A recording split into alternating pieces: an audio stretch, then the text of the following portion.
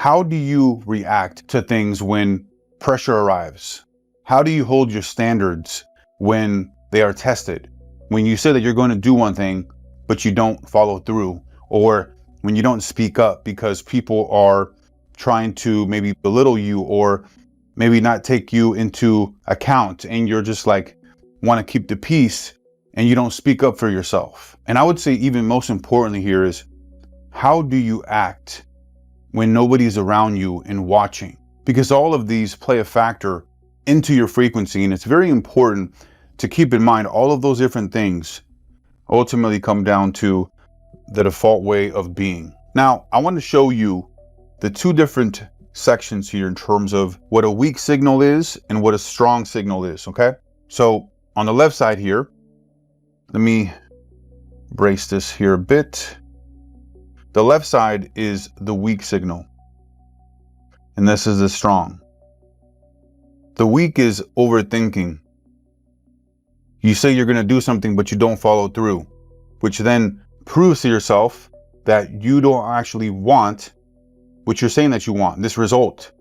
If you say you're going to do it in terms of something you put your mind to, and that you say, hey, I'm going to put down this task or these tasks to-do list of A, B, and C, and if I don't do it, then that tells me that I don't actually really fully want the result because I'm inconsistent. Okay, so very important to follow through with what you say you're going to do. And then seeking validation instead of with your own self. And then you have emotional spikes. Just like up here, we walk through, where you have these huge spikes up and down versus having a solid baseline here of a positive mental attitude, understanding that you are always going to be able to figure things out and come out on top no matter what happens and whatever the circumstance or event may be. So on the strong side, you have clarity.